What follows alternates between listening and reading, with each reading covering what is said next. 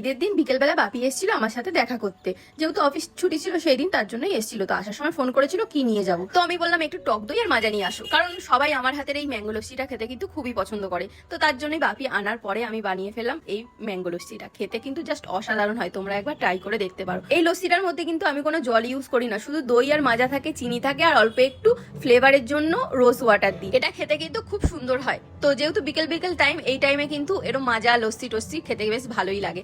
তো আমি কিন্তু খাই না, কারণ আমার হচ্ছে দুধের জিনিস সহ্য হয় না, শুধু জাস্ট একটু ওই চাই খাই। তো সন্ধে হতে না হতে বর আমার সামনে দুধ এনে ধরিয়ে দিল তো চা করার জন্য। তো চা করে এনে দেখছি বাপি এদিকে ঘুমিয়ে পড়েছে, দেখে তো আমার কপালে হাত। এক্ষুনি দেখে গেলাম জেগে আছে, এর মধ্যে ঘুমিয়ে পড়েছে। তো যাই হোক, চাটা খাওয়ার পরে তারপর আমি চলে গেলাম ডবল ডিমের অমলেট করতে, কারণ বাপির এটা হলে আর কিচ্ছু চাই না। বিয়ের আগে থেকেই কিন্তু বলা ছিল যে তোর বাড়িতে গেলে কিন্তু আমার এই ডিমের অমলেটে দিবি, আর কিচ্ছু চাই না। তো সেই কথা মতো বাপি যখনই আসে ডিমের অমলেট কিন্তু থাকে। সৌরভ চলে গেলে বাপিকে ছাড়তে মিনি ব্লগটা এখানে শেষ করছি। ভালো লাগলে পেজটা ফলো করে দিও, টাটা।